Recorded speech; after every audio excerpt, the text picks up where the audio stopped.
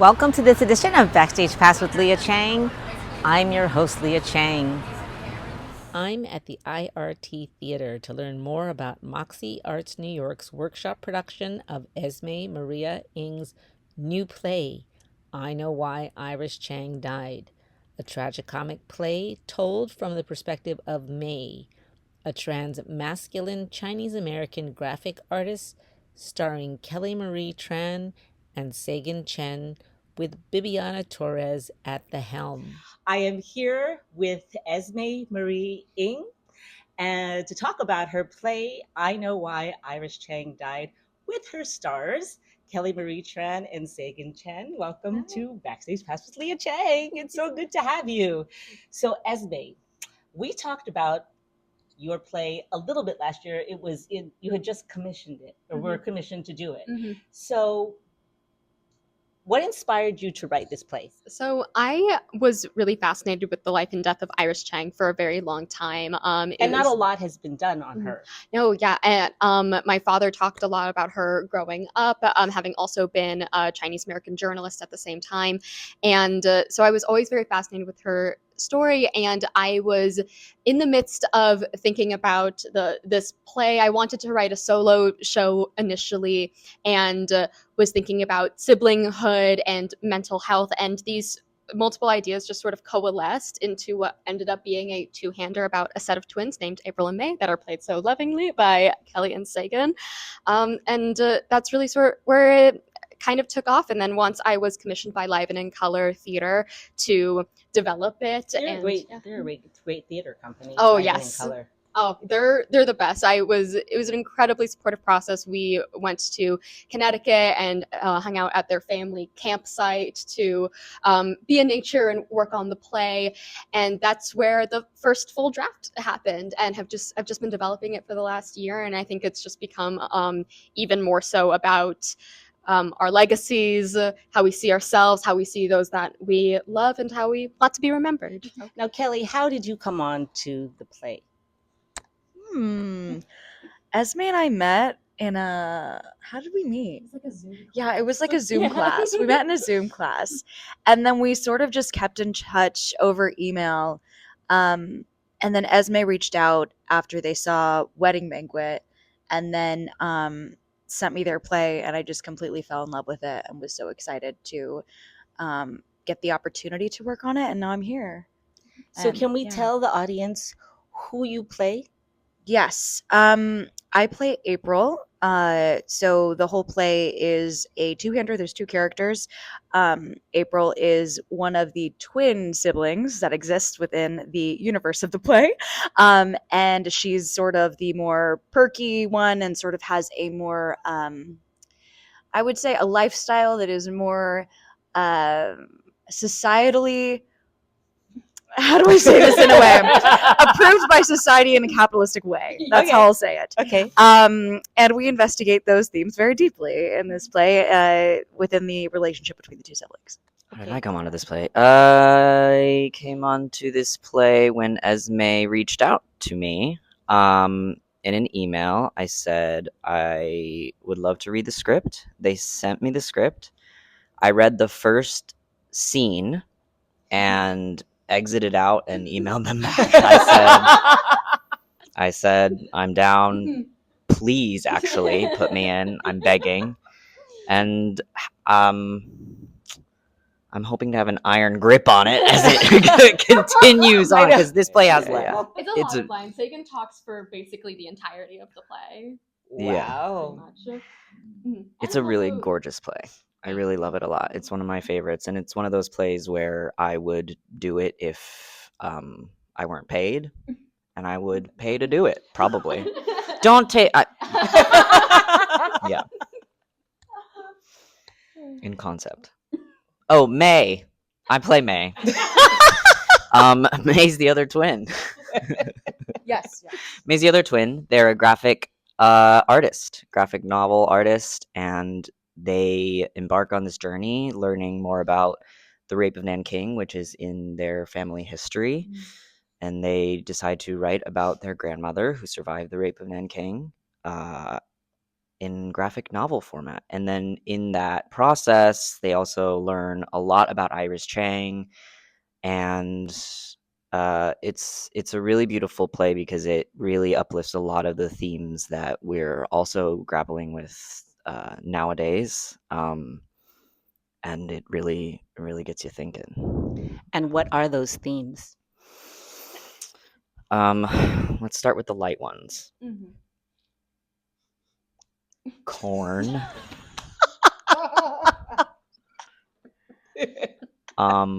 So the spectrum goes from corn to genocide, I They're would both in say. the content warning. Yes, they are both in the sorry if you put it down here.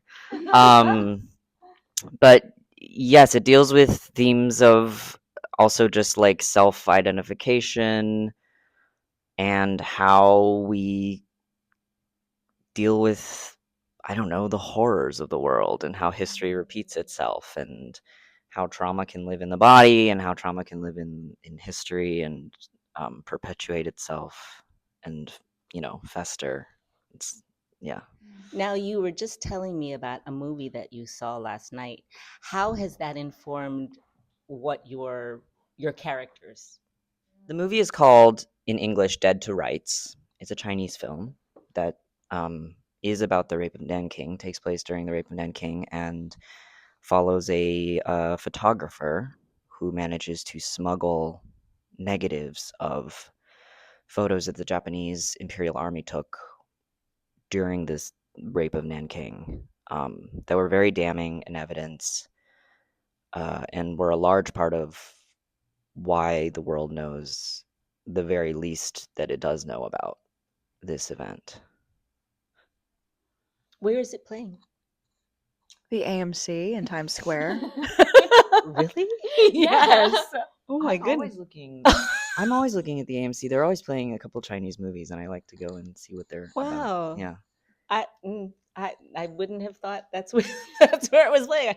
I would have thought IFC. It was a very strange experience to watch this really beautifully made and very thank you, a beautifully made and emotionally devastating film, and then just walk outside and it is Times Square, Walking And through then- the Dave and Buster's. Yes. Yeah. After essentially watching a genocide on film. Yeah, Yeah. it was really tough. But shout out to Ollie's to Restaurant and Ollie's. Hell's Kitchen that let us come in a bit late and have dinner. Did you have some soup dumplings? We did. Yes, we had You the have to crowd have support. Everywhere I go, I must have my soup dumplings. Incredible. Especially. Yeah. So, what do you hope audiences will take away from this? For me, like the conceit of the play really came to me in thinking about how do artists write about their traumas and their family's trauma. And in this particular play, I was thinking about some of the negative costs of that, about the things that artists put themselves through in the name of getting the story out there, in the name of having people know horrible things and the toll it can take on them. And really what I want is for everyone who comes to see this play is for them to leave with the reminder that they are the most important person in their life and that all people are deserving of their place on this earth, and to just be able to move through with a sort of a reignited strength in that belief. I wrote this play really in honor of those who are struggling with suicidal ideation, in honor of those who struggle with mental health, and just to know that help is available and that the world will keep turning, but their loved ones won't. This is this is the world debut. Pretty right? much, yeah. Technically. But you also are trying to take it around the world, like perhaps who knows? Maybe you could be the Edinburgh Fringe next year. Let's manifest that.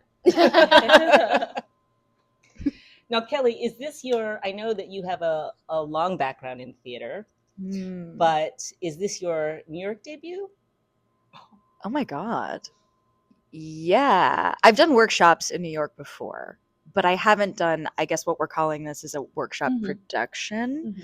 Yes. So this is your New York off Broadway debut. Yes. So how does it feel to be making your New York I gotta off Broadway say, debut? I have been saying this the whole time. I'm like, theater people are really made differently. I feel like the amount of work and just creativity and collaboration that I've been able to experience in this process. I've just learned so much.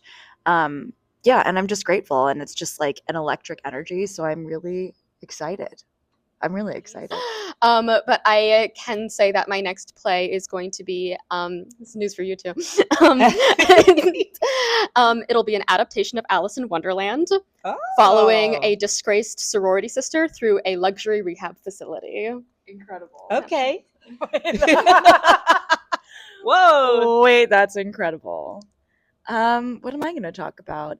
Well, do you want to talk about your experience on Wedding Banquet? Yeah, well, I have another feature that's coming out, but I don't know when it's coming out. So, I have a film called Rock Springs that's coming out, I think next year, that I'm really excited about, and it is about the massacre of Chinese miners in Rock Springs, Wyoming. At the end of the day, one of the reasons why we are artists and we are performing artists and theater makers is because we're able to tell stories that many people don't know about. We're able to inform the world that we are here, we are Yes. exist, and we're not going anywhere.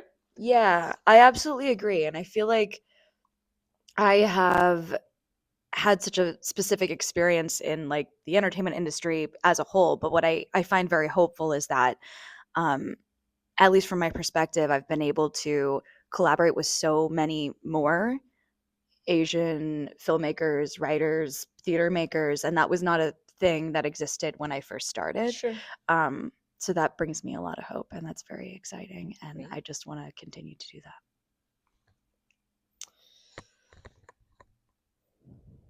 I will be playing the disgraced sorority sister. Incredible. We should talk though, because I was in a sorority. Oh, If you backgrounder. Yeah, this was in a sorority. Can you believe? You want to be a consultant? Yes, sure. Yeah. I don't know. I'm sort of this is a bigger conversation, but I guess I'll try and TLDR it, which is that I'm sort of reformatting and rediscovering what my personal balance is between art making and what else I can do in the world. I've been having a lot of really serious thoughts with myself about personal responsibility and how that translates to the scale of what is going on. I do believe that art is such an important part of that. I'm very, very proud and happy to be doing this project. And honestly, I just hope to champion this project in the future, whatever iterations it may, hold. Great. It's funny because I think that it is true. It is a different year. And what I am learning more and more, the more that I am alive and the more that I keep writing plays, is that the years are actually quite similar. What this play has taught me is that there is a cyclical nature to atrocities, to political upheaval, to culture. And I think for me as an Asian American artist, my goal is to span time in that way, and that Asian Americans today can feel connected to people like Iris Chang, who are no longer with us and we're Right. alive in a different generation, to people whose names that we will never know because they've been lost to the historical record, or they've been erased from the historical record more so. And I think that's really kind of how I see my role as an artist. All of my plays have some connection to Asian American history or the history of race and power in the West. And I just want to continue that legacy. And I hope that, if people come to this play having never heard the words, the Rape of Nanking, and they leave here with a curiosity to know about what happened, even if it's not a history that they are familially connected to, that would be wonderful. I think that would be a great effect of this play. I think my goal as an artist as an Asian American artist, as an Asian American theater maker, fill in all the labels, has always been to discover healing, even if that does not happen within my generation. I feel as if I just continue to pursue things that hopefully make me understand or continue to give me evidence that there is hope and that healing does take place even if I don't experience it right now in this moment. I think it's so easy for, people of our generation to feel like things are hopeless and to see everything happening in the news constantly and just to feel like, what's the point? And then I think the goal for me is to constantly find work that helps me zoom out so that I can, in my mind, be like, okay, maybe it's not happening as fast as we would like, but things are happening, and somehow we're playing I'm a little cog in like a little larger picture, and we're moving towards the right direction. I think that has always been the goal for me, and that's the thing that keeps me going when I have doubts about. I guess I will echo that. Esme's words and Kelly's words are very beautiful. The play is also beautiful because it was written by them. I think we all think that we have really complicated relationships to self-discovery. I certainly have been in phases where I'm not particularly in touch with what being Chinese American means to me. And I would also just say that I want to be proud of what I've discovered in my life and how I've been able to apply and learn from making art. And that can be something that people look at and say, okay, I can go figure out what it is that I feel about this thing too, I appreciate your time because I know that you guys are in rehearsal and need to get back to it. So thank you for joining me for this edition of Backstage Pass with Lia Chang. Please come to the IRT Theater September 4th through the 7th to come see I Know Why Iris Chang Died. Thank you for joining me for this edition of Backstage Pass with Lia Chang. Until next time.